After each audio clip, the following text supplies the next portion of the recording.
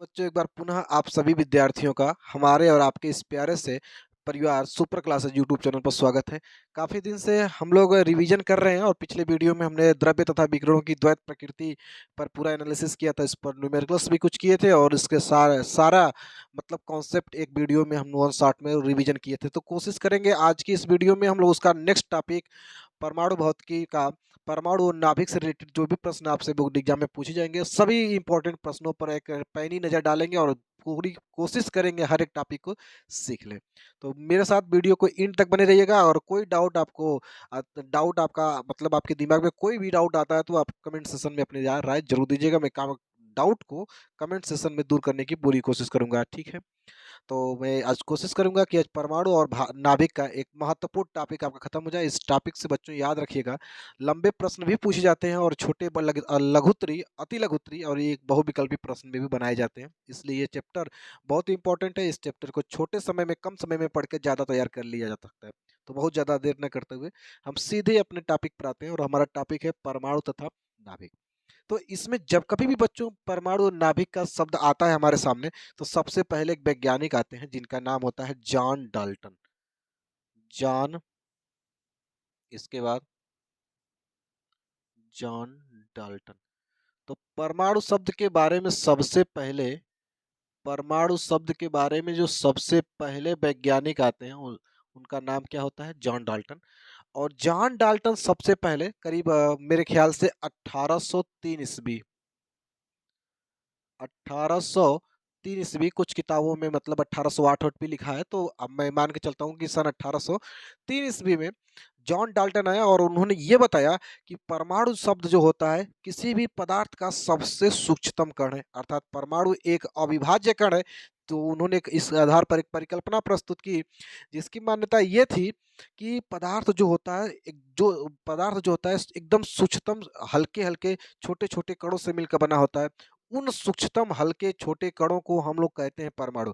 अर्थात अब John Dalton ने परमाणु को अविभाज्य कण माना, परमाणु से छोटा कण संभव नहीं है। ये परिकल्पना किसकी थी? जॉन डाल्टन की, जो कि बाद में पूरी तरीके से क्या हो गई, ये गलत साबित हुई। इसके बाद जॉन डाल्टन के बाद आते हैं professor J J Thomson. Professor J J इसके बाद प्रोफेसर जे जे थॉमसन आते हैं और जॉन डाल्टन के या डाल्टन के परमाणु मॉडल में जो कमी थी उस कमी को दूर करने के लिए जॉन जे जे थॉमसन आए। और जे जे थॉमसन ने क्या किया कि एक परमाणु के अंदर एक ऋणावेशित कण की खोज की और वह ऋणावेशित कण जो है आगे चलकर इलेक्ट्रॉन कहलाता है, इलेक्ट्रॉन। तो यह उन्होंने इस संदर्भ में एक मॉडल भी ये दिया था जिन्हें हम लोग क्या कहते हैं, जे जे थॉमसन का या थॉमसन का परमाणु मॉडल। इसे तरबूज मॉडल या प्लम पुडिंग मॉडल के नाम से भी जाना जाता है। अभी मैं थोड़ी देर बाद उसको इस पर डिस्कस करूंगा। तो उन्होंने जॉन डाल्टन के बाद थॉमसन आए और थॉमसन ने क्या किया कि परमाणु के अंदर एक ऋणावेशित कण भी मौजूद होता है उसके बारे में परिकल्पना प्रस्तुत की। और वह बाद में ऋणावेशित कण हमारा क्या कहलाता है? इलेक्ट्रॉन कहलाता है। प्रोफेसर जे जे थॉमसन के बाद रदरफोर्ड नाम के वैज्ञानिक आते हैं। रदरफोर्ड नाम के वैज्ञानिक आते हैं और रदरफोर्ड का पूरा नाम है अर्नेस्ट रदरफोर्ड। रदरफोर्ड क्या करते हैं? पहले अल्फा कणों का प्रकीर्णन प्रयोग करते हैं। अल्फा कणों का प्रकीर्णन प्रयोग करते हैं, जो कि हमारे इस 70% के टॉपिक में यहीं से शुरू होता है। ये सब शुरू नहीं होता है, लेकिन समझने के लिए ये सारी चीज़ों को समझना बहुत जरूरी है इस चैप्टर को। अल्फा कणों का या प्रकीर्णन प्रयोग करते हैं, जो अभी हम थोड़ी देर में इसको डिस्कस करेंगे। प्रकीर्णन प्रयोग किए और इसके निष्कर्ष के आधार पर रदरफोर्ड ने जो किया दिया, एक परमाणु मॉडल दिया। इस मॉडल में क्या था आगे अभी हम थोड़ी देर में डिस्कस करेंगे, इसलिए वीडियो पर बने रहिएगा। रदरफोर्ड ने क्या किया? परमाणु मॉडल दिया और उन्होंने भी क्या किया? परमाणु के भीतर एक धनावेशित कण एक धनावेशित कण धनावेशित इसके बाद कण एक धनावेशित कण की खोज की। यह जो धनावेशित कण था इलेक्ट्रॉन के द्रव्यमान का 1836 गुना भारी था। तो यह 18 इलेक्ट्रॉन के द्रव्यमान का 1836 गुना भारी था। और यह बाद में कौन से कण के नाम से जाना गया? इसका नाम है प्रोटॉन। यह धनावेशित कण जो है प्रोटॉन के नाम से जाना गया। प्रोटॉन के खोज के बारे में बड़ा विवादास्पद बातें आती हैं, जैसे आपके सामने आपने सुना भी होगा। प्रोटॉन की खोज जो होती है एक्चुअल में गोल्डस्टीन ने की थी। जब कभी प्रोटॉन शब्द का अगर बहुविकल्पी में प्रश्न आए और उसमें गोल्डस्टीन और रदरफोर्ड दोनों हो तो आपका आंसर सीधा गोल्डस्टीन को जाएगा। लेकिन यहाँ पर हम मोटे तौर पर ये जो समझ रहे हैं, यहाँ पर हम लोग समझेंगे क्या रदरफोर्ड ने क्या किया है, प्रोटॉन की खोज की है। प्रोटॉन की मतलब खोज की, और मतलब यह प्रोटॉन नाम का जो शब्द है ये ग्रीक भाषा का शब्द है। क्या है? ग्रीक भाषा का एक शब्द है। इस भाषा में प्रोटॉन का जो मतलब होता है वह होता है प्रथम। प्रोटॉन शब्द का मतलब होता है प्रथम। और यह जो प्रोटॉन होता है इलेक्ट्रॉन के द्रव्यमान का 1836 गुना भारी होता है। ये सारी बातें जो रदरफोर्ड अपने परमाणु मॉडल में ये सारी बातें बताते हैं। इसके बाद रदरफोर्ड की परमाणु मॉडल, जब यह रदरफोर्ड ने प्रोटॉन की खोज की और उन्हीं दिनों हेनरी बैकरल बैकरेल हेनरी, इसके बाद बैकेरल हेनरी बैकरेल नाम के वैज्ञानिक जो थे, उन्होंने क्या किया था, रेडियो एक्टिव पदार्थों की खोज करना शुरू कर दिया। और हेनरी बैकरेल ने उन्हीं दिनों रेडियो एक्टिव रेडियो एक्टिव पदार्थ की खोज की। अब बच्चों सबसे पहले समझेंगे कि रेडियो एक्टिव पदार्थ क्या होता है। तो कुछ ऐसे पदार्थ भी हमारे मतलब प्रकृति में मौजूद होते हैं जो स्वतः अपने आप क्या करते हैं, अल्फा गामा किरणों को, अदृश्य किरणों को क्या करते हैं, उत्सर्जित करते हैं। उन उत्सर्जित करने वाले इस पदार्थ को रेडियो एक्टिव पदार्थ कहते हैं और इस गुण को रेडियो एक्टिवता कहते हैं। ये सब एक चैप्टर था, उसमें एनालिसिस करना था, लेकिन हम आमतौर पर इतना ही समझेंगे। हेनरी बैकरेल ने रेडियो एक्टिव पदार्थ की खोज की।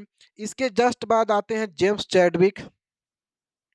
जेम्स चैडविक आते हैं और चैडविक जो होते हैं न्यूट्रॉन नाम का एक कण की खोज करते हैं, जो बताते हैं कि नाभिक के अंदर एक मतलब उदासीन कण भी मौजूद होता है। उस उदासीन कण को न्यूट्रॉन कहते हैं। जब नाभिक के अंदर और जब परमाणु के भीतर ऋणावेशित कण इलेक्ट्रॉन मौजूद होता है, फिर रदरफोर्ड के अनुसार प्रोटॉन होता है और जेम्स चैडविक के अनुसार न्यूट्रॉन होता है। ये सारे कण मौजूद परमाणु के अंदर होते हैं। तो ये सारा परिकल्पना जो होती है जॉन डाल्टन की, पूरी तरीके से परिकल्पना ये गलत होती है। अब इस परिकल्पना के बाद दूसरी परिकल्पना आती है जिसका नाम होता है टॉमसन का परमाणु मॉडल। इसके बाद बच्चों क्या आता है, टॉमसन का परमाणु मॉडल।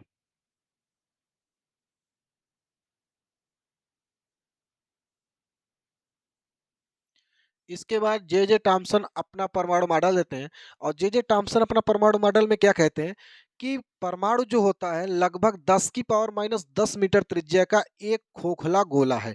परमाणु के बारे में उन्होंने बताया कि जो परमाणु होता है लगभग 10⁻⁻10, सॉरी, हाँ सही है, 10⁻⁻10 मीटर त्रिज्या का एक खोखला गोला है।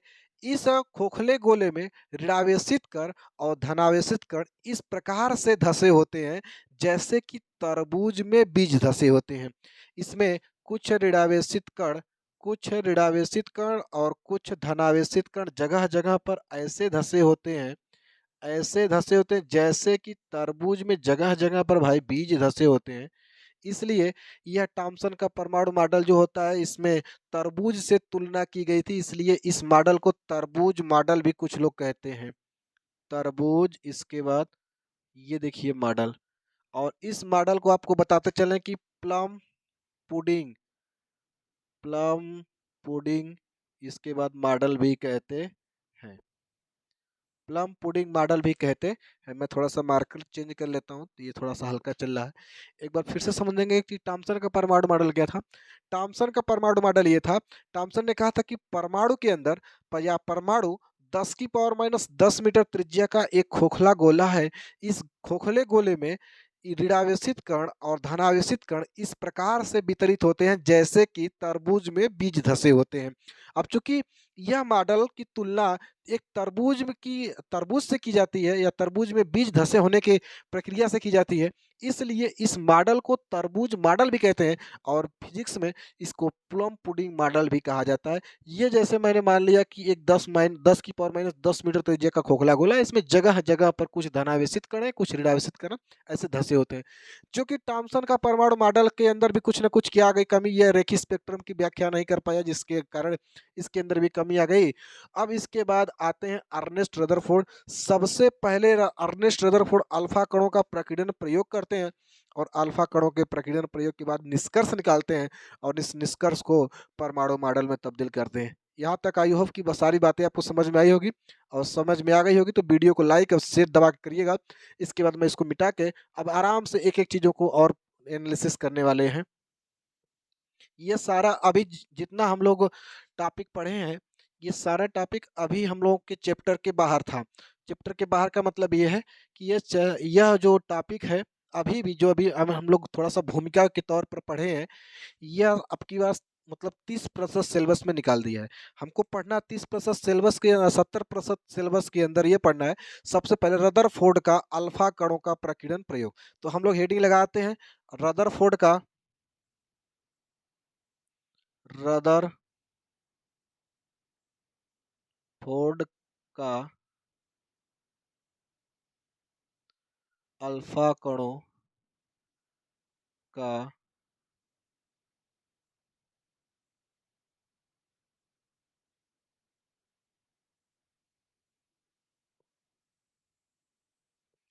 मैं थोड़ा सा इंक डाल लेता हूँ इसमें, तो थोड़ा सा गाढ़ा चलेगा और आपको शायद अच्छे से दिखेगा। थोड़ा सा वेट कीजिएगा। हाँ तो बच्चों, रदरफोर्ड का अल्फा किरणों का प्रकीर्णन प्रयोग देखिए क्या है। इसका सीधा प्रश्न आपसे पूछा जाता है, रदरफोर्ड के अल्फा किरण के प्रकीर्णन प्रयोग को समझाइए। तो रदरफोर्ड ने क्या किया था, देखो आराम से पहले समझना। रदरफोर्ड ने क्या किया था, एक स्वर्ण पत्र की पतली पन्नी ली थी। ये देखिए एक स्वर्ण पत्र की मैंने बता ले लिया। यह है स्वर्ण यानी कि सोने, स्वर्ण पत्र की ये देखिए पतली, इसके बाद पन्नी। तो रदरफोर्ड ने क्या किया, सबसे पहले एक स्वर्ण पत्र की पतली पन्नी ली, सोने की पतली पन्नी ली और सोने के पतली पन्नी के चारों ओर क्या किया उन्होंने, उसे प्रदीप्ति आवरण से ढक दिया, उसे प्रदीप्ति आवरण से ढक दिया।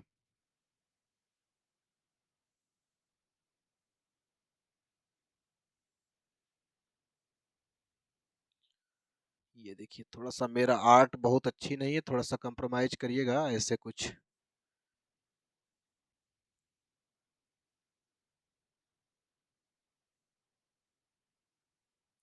तो सो ये दोस्तों ये क्या है, एक प्रदीप्ति आवरण है, प्रदीप्ति आवरण है। तो सबसे पहले क्या किया, एक स्वर्ण पत्र की पतली पन्नी लिया, इसके चारों ओर प्रदीप्ति आवरण से ढक दिया। अब प्रदीप्ति आवरण से ढकने से क्या हुआ कि स्वर्ण पत्र के पतली पन्नी के चारों ओर क्या रहे भाई, ताकि निर्वात रहे। अब इसके बाद क्या किया कि किसी रेडियो एक्टिव पदार्थ से अल्फा कण, ये देखिए मान लीजिए कोई रेडियो एक्टिव पदार्थ है, इस रेडियो एक्टिव पदार्थ से अल्फा कणों की इस पर क्या किया, खूब अल्फा कण की बमबारी कर दिया। जब यह बमबारी किया तो इसमें से देखा कि ज्यादातर अल्फा कण जो थे इस स्वर्ण पत्र की पतली पन्नी को आर पार कर गए। ये देखिए स्वर्ण पतली की पन्नी को क्या करते हैं, सीधा पार कर जाते हैं। ये देखिए स्वर्ण पत्र की पतली पन्नी को सीधा उन क्या क्या कर गए, पार कर गए। तो जो जो अल्फा कण स्वर्ण पत्र की पतली पन्नी को आर पार कर गए, तो रदरफोर्ड यहाँ से एक निष्कर्ष निकालते हैं, दिमाग लगाते हैं कि परमाणु के भीतर कुछ खाली स्थान भी होता है, उस खाली स्थान से अल्फा कण गुजरते हैं तो बिना विचलित हुए सीधे पार निकल जाते हैं। लेकिन कुछ अल्फा कण ऐसे थे जो 90 अंश से कम के कोण पर विचलित हो गए, 90 अंश से क्या हो गए, कम के कोण पर विचलित हुए। तो इस बात से रदरफोर्ड ने यह दिमाग लगाया कि परमाणु के भीतर कुछ सघन भाग भी होते हैं, इस सघन भाग से अल्फा कण टकरा के थोड़ा थोड़ा क्या होता है, विचलित होता है। अब मजे की बात यह है कि कुछ अल्फा कण ऐसे थे जो 90 अंश से अधिक के कोण पर क्या होते हैं, विक्षेपित हो जाते हैं। कुछ अल्फा कण ऐसे भी थे जो 90 अंश से अधिक के कोण पर विक्षेपित हो जाते हैं।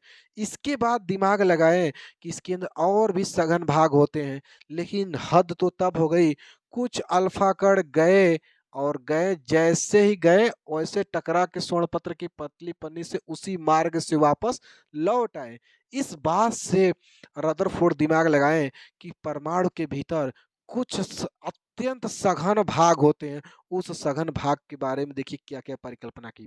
रदरफोर्ड ने यह दिमाग लगाया कि जो मेरे पास अल्फा कण है, ये कौन से कण है मेरे भाई, ये जो है अल्फा कण है, ये अल्फा कण धनावेशित है। हीलियम के नाभिक के क्या होता है, दूना होता है अल्फा कण। ये धनावेशित कण है और धनावेशित कण को वही प्रतिकर्षित कर सकता है जो उसके समान प्रकृति का होगा, और समान प्रकृति का वह समान प्रकृति का मतलब धनावेशित होगा, क्योंकि अल्फा कण धनावेशित होता है। इसलिए रदरफोर्ड ने कहा कि परमाणु के भीतर एक अत्यंत सघन भाग होता है जो धनावेशित होता है। इस धनावेशित भाग से इलेक्ट्र जब अल्फा कण टकराते हैं तो सीधे उसी मार्ग से वापस लौट आते हैं। ये सारा दिमाग किसने लगाया, रदरफोर्ड। एक बार फिर से समझते हैं इस प्रयोग को। इस प्रयोग को समझने के लिए हमको क्या करना होगा कि स्वर्ण पत्र, रदरफोर्ड ने क्या किया, एक स्वर्ण पत्र की पतली पन्नी लिया और स्वर्ण पत्र की पतली पन्नी के चारों प्रदीप्ति आवरण से ढक दिया, ताकि स्वर्ण पत्र की पतली पन्नी के चारों ओर क्या हो, निर्वात हो। इसके बाद स्वर्ण पत्र की पतली पन्नी पर अल्फा कणों की क्या किया, बमबारी किया। मैं यहाँ पर लिख दे रहा हूँ अल्फा कणों की, अल्फा कणों की। इसके बाद उसने क्या किया, बमबारी। बमबारी का मतलब ये नहीं कि इस पर जाके गोला बारूद फेंक दिया। बमबारी का मतलब बहुत सारे अल्फा कणों का इस पर अल्फा कण जो है इस पर गिराया, और अल्फा कणों के मार्ग को एनालिसिस किया, और एनालिसिस करने के बाद महत्वपूर्ण निष्कर्ष निकाला। यह निष्कर्ष बाद में चल के परमाणु मॉडल में तब्दील हुए। तो निष्कर्ष में उन्होंने पहले प्रयोग में देखा कि जब रदरफोर्ड ने स्वर्ण पत्र की पतली पन्नी पर अल्फा कणों की बमबारी किया, तो देखा कि ज्यादातर अल्फा कण क्या होते हैं, स्वर्ण पत्र की पतली पन्नी को आर पार कर गए, और कुछ अल्फा कण क्या होते हैं, 90 अंश से कम के कोण पर विक्षेपित हो गए, और कुछ अल्फा कण 90 अंश से अधिक के कोण पर विक्षेपित हो गए। लेकिन कुछ अल्फा कण ऐसे भी थे जैसे गए थे सीधे उसी मार्ग से टकरा कर चले आए। इन्होंने ये सारी बात देखा और इसके बाद महत्वपूर्ण निष्कर्ष दिया, और निष्कर्ष देने के बाद रदरफोर्ड ने अपना एक परमाणु मॉडल प्रस्तुत किया, जिसे रदरफोर्ड का परमाणु मॉडल कहते हैं। मैं थोड़ा सा इसको मिटा के अच्छे से समझाता हूँ, इसको थोड़ा सा मिटा दूं, फिर रदरफोर्ड के परमाणु मॉडल के बारे में हम लोग पढ़ेंगे।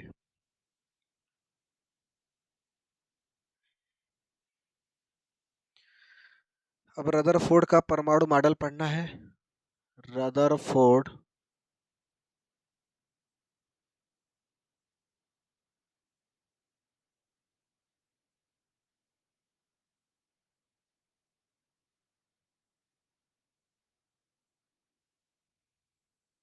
अब रदरफोर्ड ने क्या किया, अपने अल्फा कणों के प्रकीर्णन प्रयोग के आधार पर रदरफोर्ड ने आप एक परमाणु मॉडल प्रस्तुत किया। इस परमाणु मॉडल की मान्यताएं कुछ इस प्रकार से, मैं आपको 3 बात बताऊंगा, तीनों बातों को आराम से ध्यान रखिएगा, और इसी बात के आधार पर आप अपनी थ्योरी को एग्जाम में प्रस्तुत करेंगे। वो 3 बातें क्या किया थी, रदरफोर्ड ने कहा कि रदरफोर्ड ने कहा कि परमाणु जो होता है, 10 की परमाणु का समस्त द्रव्यमान, रदरफोर्ड ने कहा कि परमाणु का समस्त द्रव्यमान, लेकिन इलेक्ट्रॉन के द्रव्यमान को छोड़कर। एक बार फिर से समझते हैं। रदरफोर्ड ने कहा कि परमाणु का समस्त द्रव्यमान इलेक्ट्रॉन के द्रव्यमान को छोड़कर, परमाणु का समस्त द्रव्यमान इलेक्ट्रॉन के द्रव्यमान को छोड़कर, तथा परमाणु का समस्त धनावेश परमाणु के भीतर एक सूक्ष्म स्थान लगभग 10 की पावर -15 मीटर, 10 की पावर -15 मीटर त्रिज्या के एक ठोस खोखले गोले में क्या होता है, केंद्रित होता है।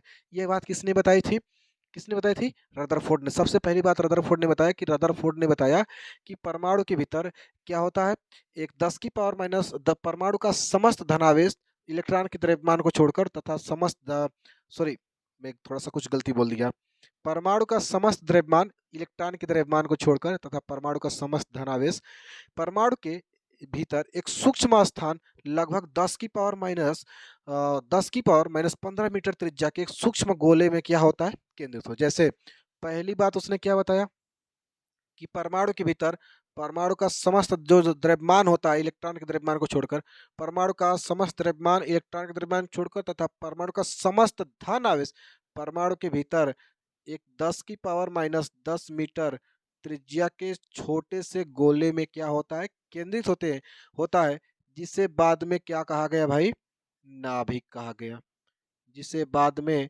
नाभिक कहा गया। दूसरी बात उसने क्या बताया, दूसरी बात उसने बताया कि नाभिक के चारों ओर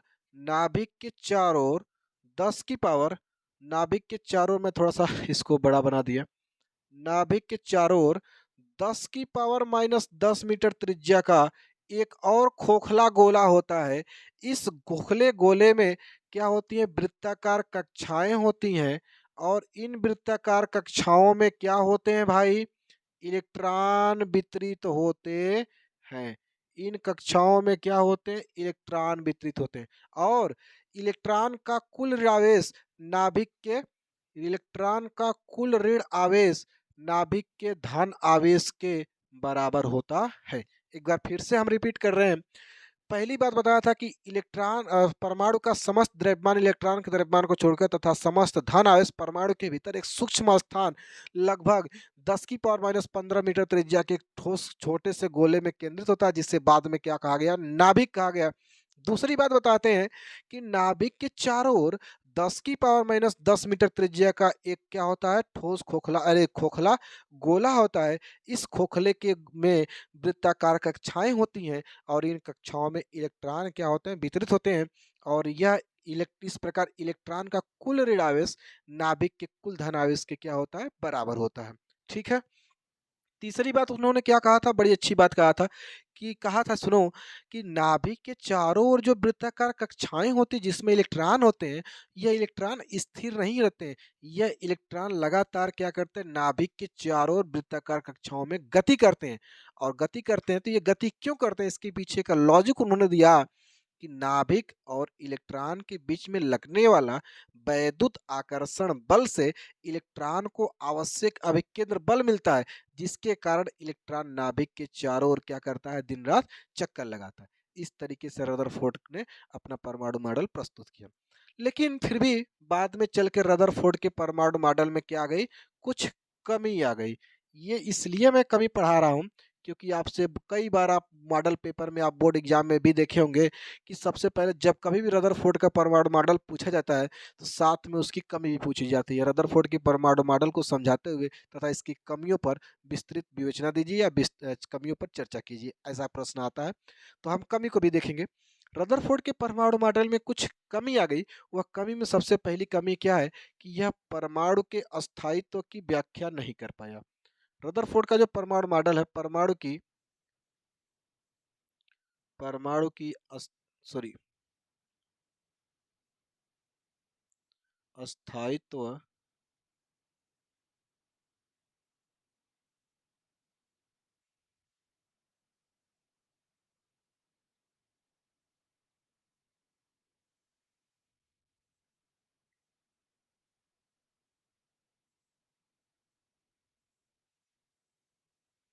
तो रदरफोर्ड के परमाणु मॉडल की सबसे मुख्य कमी ये थी कि रदरफोर्ड के परमाणु मॉडल परमाणु के अस्थायित्व की व्याख्या नहीं कर पाया। क्यों नहीं कर पाया, इसके पीछे के रीजन को समझते हैं। सबसे पहले रदरफोर्ड ने यह कहा कि इलेक्ट्रॉन जो होता है नाभिक के चारों ओर गति करता है, और हमारा गति विज्ञान ये कहता है कि यदि कोई वस्तु किसी वस्तु के चारों ओर गति करती है तो यह एक प्रत्येक चक्कर में अपनी ऊर्जा का कुछ भाग क्या करती है, उत्सर्जित कर देती है, और उत्सर्जित करने से उसके वृत्ताकार कक्षा की त्रिज्या छोटी हो जाती है, जिससे अगर यह नियम हम यहाँ पर फॉलो करें तो इलेक्ट्रॉन यदि नाभिक के चारों ओर चक्कर लगाएगा तो प्रत्येक चक्कर में अपनी ऊर्जा का कुछ भाग खो देगा, जिससे उसकी उस कक्षा की त्रिज्या छोटी हो जाएगी, और छोटी होने से एक समय ऐसा आएगा कि इलेक्ट्रॉन नाभिक में गिर जाएगा, जिससे परमाणु का अस्थायित्व तो बिगड़ जाएगा।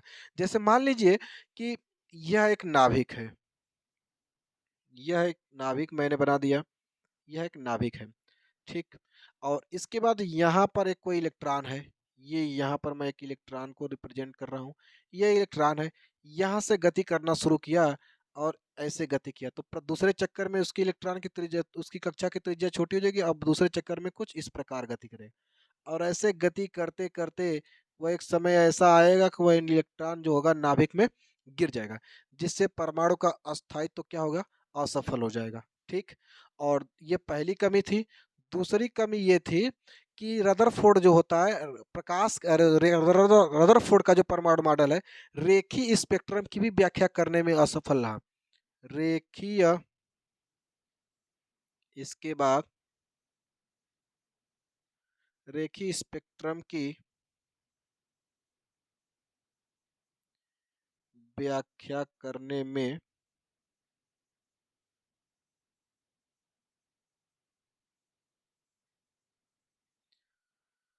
तो रदरफोर्ड का परमाणु मॉडल की दूसरी कमी थी कि यह रेखीय स्पेक्ट्रम की व्याख्या करने में असफल रहा। अब रेखीय स्पेक्ट्रम क्या होता है, अगले जो हमारा टॉपिक होगा निल्स बोर का परमाणु मॉडल, उसमें आपको डिटेल में आपको समझाएंगे क्या क्या चीजें होती हैं, ठीक है। तो इसमें अब हम रदरफोर्ड के परमाणु मॉडल को भी समझ लिए, रदरफोर्ड के परमाणु मॉडल में जो आई कमी उसको भी समझ लिए। अब हमको समझना है क्या, निल्स बोर का परमाणु मॉडल। अब आते हैं सबसे महत्वपूर्ण वैज्ञानिक आपके सामने, और उसी महत्वपूर्ण वैज्ञानिकों पर उस वैज्ञानिक के आधार पर इस चैप्टर का पूरा सारांश टिका हुआ है। तो और ये बड़े लंबे प्रश्न में भी अब पूछा जाता है, तो कोशिश करेंगे कि आज इसको समझ के पहले इसको पूरा खत्म करते हैं, ठीक है। तो हेडिंग पहले लगा लेते हैं हम लोग, क्या नाम उसका है, बोर का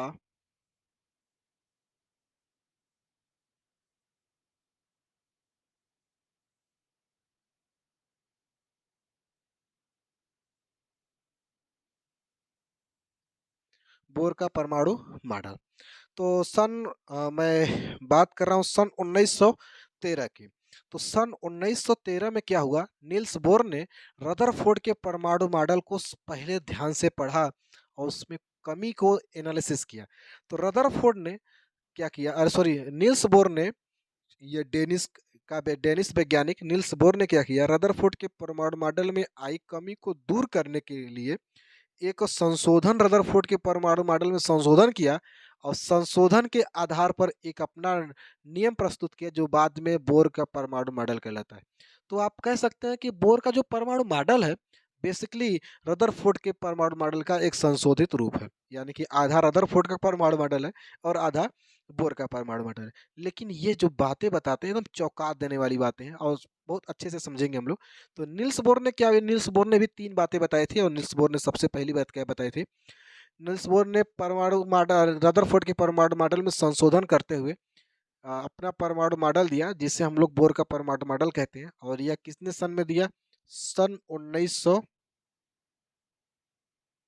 सन 1913 ईस्वी में यह मॉडल रदरफोर्ड के परमाणु मॉडल में संशोधन करके नील्स बोर द्वारा दिया गया। तो नील्स बोर अपने परमाणु मॉडल में सबसे पहली बात ये बताते हैं कि ऐसा है कि इलेक्ट्रॉन नाभिक के चारों ओर उसी कक्षा में केवल घूमते हैं जिस कक्षा का कोणीय संवेग यच अपान 2 पाई का पूर्ण गुणज हो या यन यच अपान 2 पाई के बराबर हो। यानी कि पहली बात बताया, जैसे ही मान लीजिए यह नाभिक है, यह नाभिक है, इलेक्ट्रॉन इसके चारों ओर क्या करेंगे, केवल व केवल उसी कक्षा में गति करेंगे। इलेक्ट्रॉन केवल उसी कक्षा में गति करेंगे जिस कक्षा का जो कोणीय संवेग होगा, जिस कक्षा का क्या होगा भाई, कोणीय, इसके बाद संवेग, जिस कक्षा का कोणीय संवेग यच अपान 2 पाई का पूर्ण गुणज हो। अगर मैं इसमें यन से गुणा कर दूं तो हमें पता चल जाएगा कि कक्षाओं यन से गुणा कर दूं तो हमें किसी कक्षा का कोणीय संवेग पता चल जाएगा। मैं जहां लिख देता हूं, जहां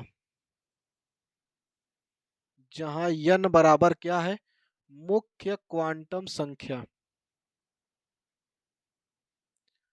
मुख्य क्वांटम संख्या जिसे प्रिंसिपल क्वांटम नंबर कहते हैं, या आप कह सकते हैं अथवा कक्षाओं की क्या है, हाँ, कक्षाओं की यह क्या है भाई, कक्षाओं की संख्या है।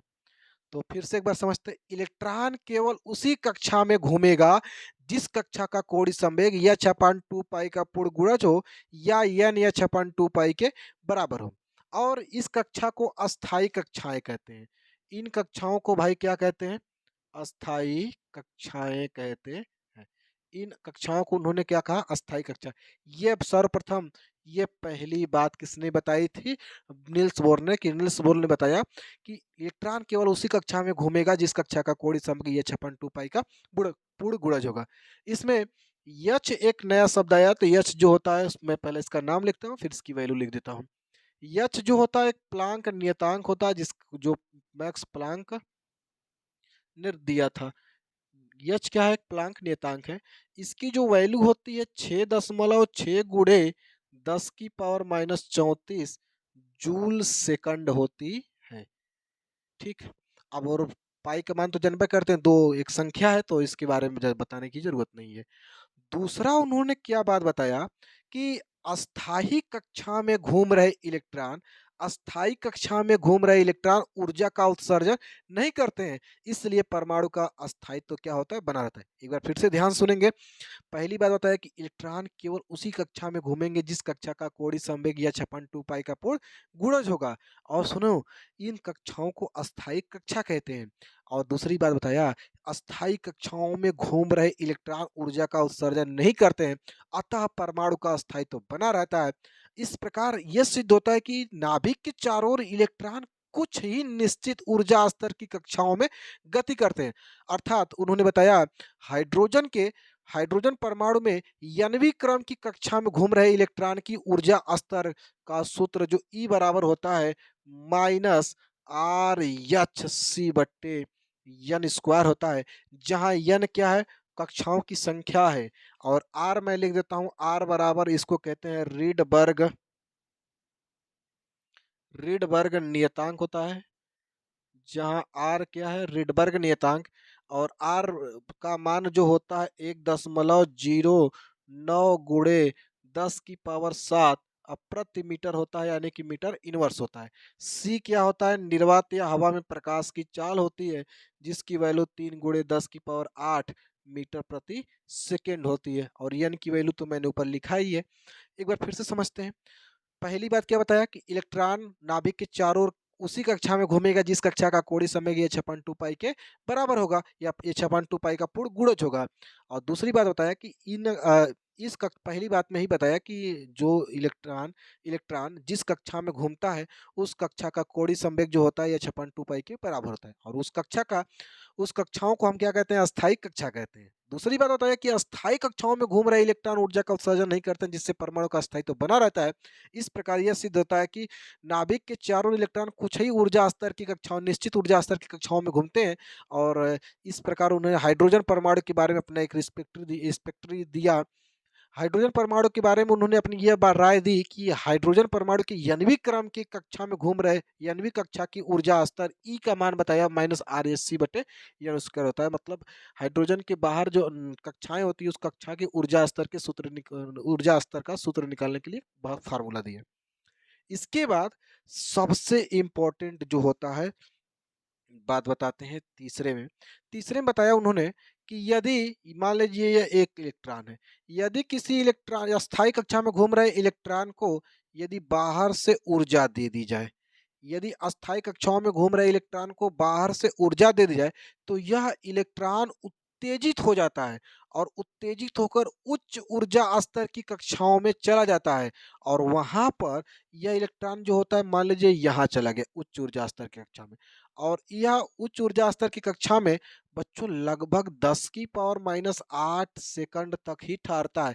पुनः फिर क्या होता है? अपने किसी निम्न ऊर्जा स्तर की कक्षा में दोबारा वापस लौट आता है। इस प्रकार उच्च ऊर्जा स्तर की कक्षा से निम्न ऊर्जा स्तर की कक्षा में आते समय अपनी ऊर्जा स्तर की कक्षाओं के अंतर के बराबर कुछ वैद्युत चुंबकीय तरंगों के रूप में ऊर्जा खर्च कर देता है।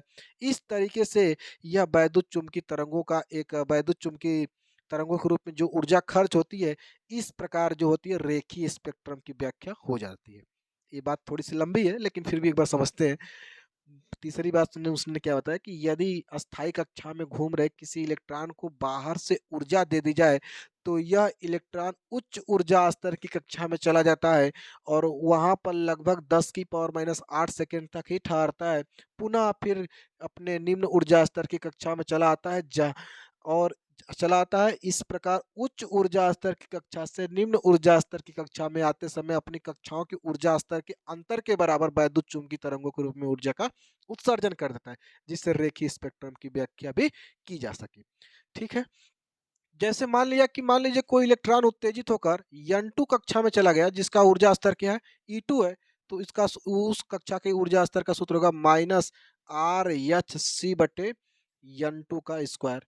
अगर वह पहली कक्षा में आया है, जैसे E1 में आया है ऊर्जा स्तर की कक्षा में, तो इसका सूत्र होगा माइनस आर एच सी बटे एन वन का स्क्वायर। मतलब अगर हम मान लें कि कोई इलेक्ट्रॉन उच्च ऊर्जा स्तर की कक्षा E2 में गया है, जिसका कक्षाओं की संख्या क्या है N2, और वहां से किस में आया है N1, उस N1 कक्षा की ऊर्जा स्तर है E1, तो इसका सूत्र होगा माइनस आर एस सी बटे एन वन स्क्वायर। इस प्रकार बोर के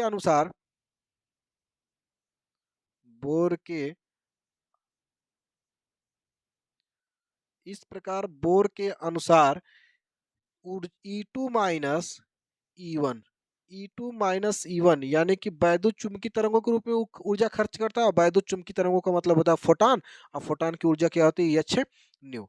अब E2 की वैल्यू अगर हम यहाँ पर पुटअप करेंगे तो E2 की वैल्यू है माइनस आर एच सी बटे एन टू का स्क्वायर, और यहाँ माइनस हो जाएगा आर एच सी बटे एन वन का स्क्वायर, और ये बराबर क्या है, एच न्यू।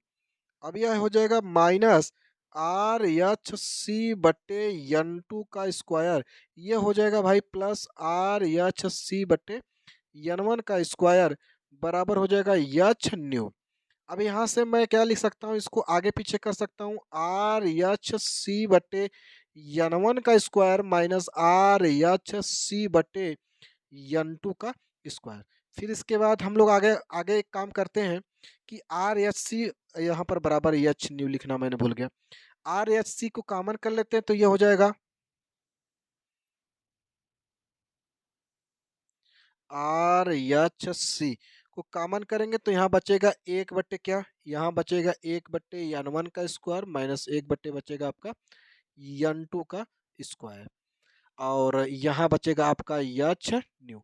चूंकि न्यू बराबर क्या होता है, न्यू बराबर होता है सी बटे लेमडा, ये वैल्यू यहाँ पर रखेंगे तो आपका आंसर क्या आएगा, आर एच सी कोष्टक में हो जाएगा एक बट्टे एन वन स्क्वायर माइनस एक बट्टे एन टू स्क्वायर, बराबर ये हो जाएगा एच सी बटे लेमडा। ये अब देखिए एच सी कट गया, और अब हम लिख सकते हैं एक बट्टे लेमडा बराबर आर ब्रैकेट में एक बटे एन वन स्क्वायर माइनस एक बटे एन टू का स्क्वायर। इस प्रकार से जो वैद्युत चुंबकीय तरंग के रूप में ऊर्जा खर्च होगी, उस वैद्युत चुंबकीय तरंग का तरंग दैर्ध्य निकालने का सूत्र आपके सामने मिल जाता है। उसका सूत्र होता है एक बट्टे लैम्डा बराबर आर कोष्टक में एक बट्टे N one square N minus एक बट्टे एन टू स्क्वायर। ठीक है, एक बार पुनः इस नील्स बोर के परमाणु मॉडल के पूरी बातों को समझते हैं, फिर इसके बाद आराम से इस सेशन को क्लोज करेंगे। सबसे बात, रदरफोर्ड के परमाणु मॉडल में 1913 ईस्वी में नील्स बोर ने क्या किया, संशोधन किया और अपना परमाणु मॉडल दिया, जिससे नील्स बोर का या बोर का परमाणु मॉडल कहते हैं। और उन बोर की परमाणु मॉडल की प्रमुख मान्यताएं कुछ इस प्रकार है। नील्स बोर ने बताया कि पहली तीन बातें बताई थी, उसमें पहली बात यह है कि इलेक्ट्रॉन नाभिक के चारों ओर केवल उसी कक्षा में घूमेगा जिस कक्षा का कोणीय संवेग या एच अपन टू पाई के बराबर हो या एच अपन टू पाई का पूर्ण गुणज हो। और दूसरी बात बताया था कि जिस इलेक्ट्रॉन उसी कक्षा में घूमेगा जिस कक्षा का कोणीय संवेग एच अपन टू पाई का पूर्ण गुणज होगा, और जिस कक्षा में घूमेगा उस कक्षा को अस्थायी कक्षा कहते हैं। दूसरी बात बताया कि अस्थायी कक्षा में घूम रहे इलेक्ट्रॉन ऊर्जा का उत्सर्जन नहीं करते, अतः परमाणु का स्थायित्व तो बना रहता है। और इस तरीके से यह सिद्ध होता है कि नाभिक के चारों ओर इलेक्ट्रॉन कुछ ही निश्चित ऊर्जा स्तर की कक्षाओं में घूमते हैं। और जैसे उन्होंने बताया कि हाइड्रोजन परमाणु की nवीं क्रम की कक्षा का ऊर्जा स्तर का सूत्र E बराबर माइनस आर एस सी बटे एन स्क्वायर होता है। तीसरी बात बताया कि यदि अस्थायी कक्षा में घूम रहे इलेक्ट्रॉन को यदि बाहर से ऊर्जा दे दी जाए तो यह इलेक्ट्रॉन उत्तेजित होकर उच्च ऊर्जा स्तर की कक्षा में चला जाता है, और वहां पर लगभग 10 की पावर माइनस 8 सेकंड तक ठहरता है, पुनः फिर क्या होता है, अपने निम्न ऊर्जा स्तर की कक्षा में चला आता है। इस तरीके से उच्च ऊर्जा स्तर की कक्षा से निम्न ऊर्जा स्तर की कक्षा में आते समय अपनी कक्षाओं के ऊर्जा स्तर के अंतर के बराबर वैद्युत चुंबकीय तरंगों के रूप में ऊर्जा का उत्सर्जन करता है, जिससे रेखीय स्पेक्ट्रम की व्याख्या हो जाती है। और जब क्या करते हैं हम उसमें क्या कि माने हैं कि माना कोई उत्तेजित इलेक्ट्रॉन N2 कक्षा में चला गया है जिसकी ऊर्जा स्तर कितना है, E2 है, तो E2 बराबर माइनस आर एच सी बट्टे एन टू स्क्वायर होगा। और वो वहां से N1 कक्षा में आया है और N1 कक्षा की ऊर्जा स्तर है E1 माइनस आर एच सी बट्टे एन वन स्क्वायर। इस प्रकार बोर के अनुसार उच्च ऊर्जा स्तर की कक्षा माइनस निम्न ऊर्जा स्तर की कक्षा, इन दोनों का ऊर्जाओं का अंतर वैद्युत चुंबकीय तरंगों के रूप में खर्च की गई ऊर्जा के बराबर होती है, ठीक है? और यहाँ से मैंने ये सारी पॉइंट को नोट कर लिया, यहाँ से आप अपने आप को क्लियरिफाई कर सकते हैं, ये सारे डाउट को क्लियर कर सकते हैं। इसके बावजूद भी अगर कोई डाउट रह गया हो तो आप कमेंट सेक्शन में अपनी राय देंगे। वीडियो कैसी लगी और इस बार अपनी राय ज़रूर दीजिएगा और वीडियो को ज़्यादा से ज़्यादा लोगों से शेयर करिएगा। अगले सेशन में इसके नेक्स्ट पार्ट को भी कवर करेंगे और इस पर आधारित सवाल भी लगाएँगे। और भी किसी टॉपिक पर या किसी डेरिवेशन पर अगर कोई ज़रूरत होगा तो मैं वीडियो ज़रूर बनाऊँगा। आप कमेंट ज़रूर कीजिएगा। धन्यवाद।